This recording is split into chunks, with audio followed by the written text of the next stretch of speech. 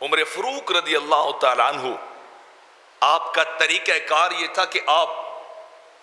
نے ایک اپنا رجسٹر بنایا ہوا تھا،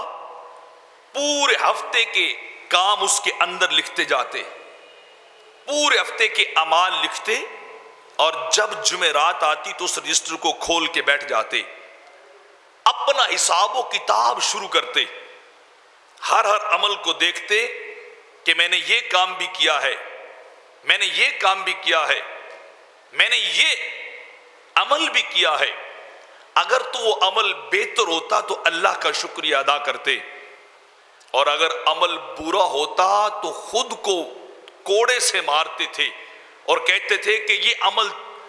تیرے لیے روا اور جائز نہیں تھا، یہ کام تیرے لیے درست نہیں تھا کہ تو اس طرح کرتا، اور اتنا مارتے اپنی کمر کے اوپر کوڑوں کے نشانات پڑ جاتے، اور ساتھ روتے بھی تھے کہ کیا تو یہ عمل اللہ کی بارگاہ میں لے کے جائے گا،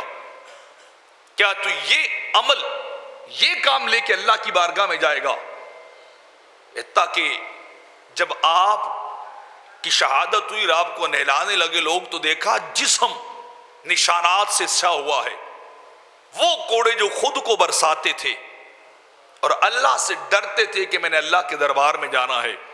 میں نے اللہ کی بارگاہ میں جانا ہے، وہ نشانات جسم پورے کے اوپر، پشت کے اوپر بھی ہیں، رانوں کے اوپر بھی ہیں۔ لوگ حیران ہو گئے کہ یہ امیر المومنین کا معاملہ کیا ہے؟ تو انہوں نے کہا یہ ان کی جمعرات کا وہ محاسبہ اور احتساب ہے جو ہر جمعرات کو اپنا خود رجسٹر کھول کے بیٹھ جاتے تھے، اپنے اعمال کو اپنے سامنے رکھتے تھے، اور اتنا ڈرتے تھے کل کے لیے، اللہ کی بارگاہ سے اتنے خوف زدہ ہوتے تھے کہ ایک بار ایک شخص نے آیہ کریمہ پڑھی، ان عذاب ربک لواقع ما لہ من دافع، کہ بندے تیرے رب کا عذاب ضرور آئے گا اور اس عذاب کو روک کوئی نہیں سکتا، اللہ کی پکڑ سے کوئی بچ نہیں سکتا، اللہ ضرور پکڑے گا، رب کائنات ضرور حساب لے گا، گناہ گاروں کو ضرور عذاب میں مبتلا کرے گا۔ تو عمر فاروق رضی اللہ تعالیٰ عنہ گھوڑے پہ جا رہے تھے، تو آپ بے ہوش ہو کے گر گئے، لوگ دوڑے اور جا کے اٹھا کے گھر لائے، تو ایک ماہ تک بیمار رہے۔ کسی نے پوچھا امیر المومنین کیا ہوا ہے،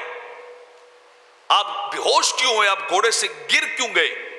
تو آپ نے فرمایا بات یہ تھی کہ اس نے آیت وہ پڑھی تھی، ان عذاب ربک لواقع ما لہ من دافع، کہ اللہ کا عذاب آئے گا، اسے روکنے والا کوئی نہیں ہے، اسے ٹالنے والا کوئی نہیں ہے۔ تو میں نے جب وہ آیہ کریمہ سنی تو میرے ہوش اٹھ گئے کہ کہیں عمر بھی پکڑا نہ جائے، کہیں عمر پہ عذاب نہ آ جائے، کہیں عمر اللہ کی بارگاہ میں قابل مواخذہ نہ ہو جائے۔ تو میں اس لیے گرا کہ مجھے اللہ کا خوف آ گیا۔